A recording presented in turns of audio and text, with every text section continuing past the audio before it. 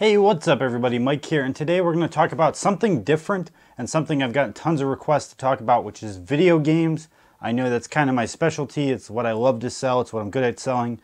And I have a pretty vast knowledge of retro video games, and a lot of people have been asking me to share this. So it's something that my channel is going to start directing towards at least maybe once a week or once every other week. We'll do like an in-detail video about some kind of game or games that you can look out for and sell, you know, things you can find at garage sales, thrift stores, all of those sorts of things. But I want to talk about something really cool today that a lot of people miss. So you kind of got the insider scoop here. Most people miss out on a lot of money because of this. When you're looking to sell retro video games, you have two kind of clients. You have hardcore collectors, and you have people that just want, you know, nostalgia. They love video games. Now, when it comes to making money selling video games, the hardcore collectors will spend every dollar they have on this stuff. So they're kind of the clientele you want to aim towards if you're looking to make a lot of money. Whereas the consistent sales come from the everyday people that want the Nintendo 64 they had when they were a kid, or the Super Nintendo.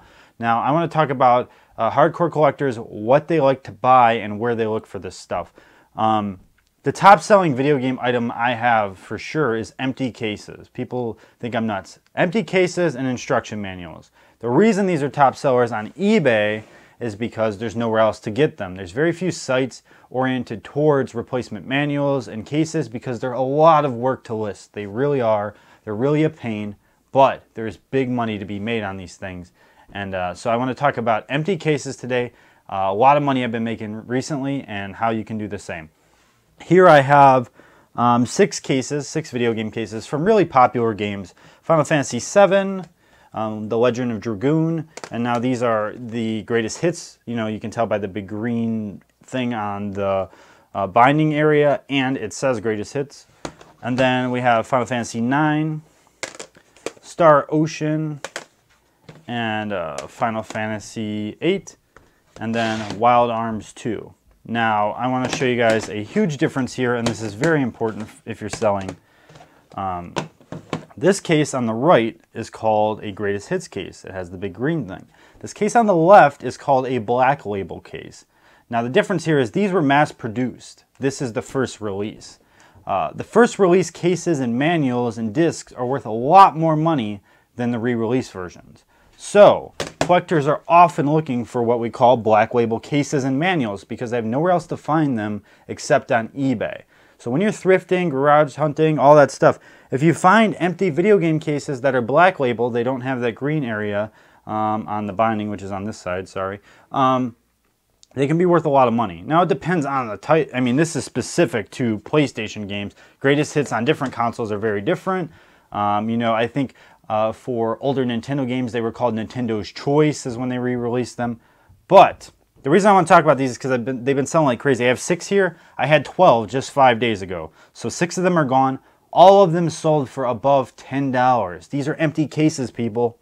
I got these for free. Someone gave these to me. I have this one listed for like $20, $15. Someone just sent me an offer for this one for $8. Empty cases for any, you know, popular RPG, even the greatest hits versions, will bring you $10 a piece, and they'll cost you about $3 to ship first class.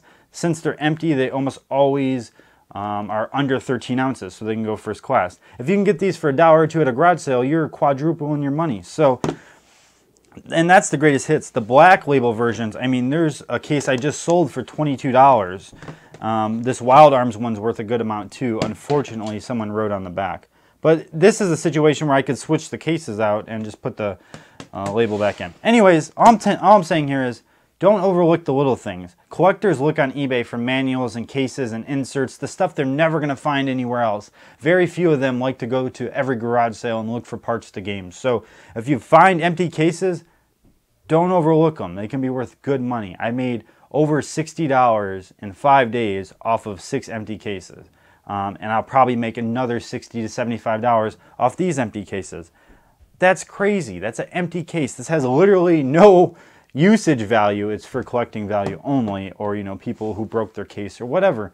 But eBay is the only place to look for these things. Always think of the place where people find this stuff. There's nowhere else to look for these great items. eBay is it. So the collectors all go there for every type of case, every type of manual you can ever think of. There's big money to be made if you take the time to research them and find them. So don't overlook the little things, guys. They will bring consistent income. If I had 200 empty cases right now, I mean, I literally could have made a few $100s last week off of cases. So keep an eye out for them. I just want to give you guys a heads up. I think it's something a lot of people overlook. I see very few people selling replacement cases and inserts and whatever.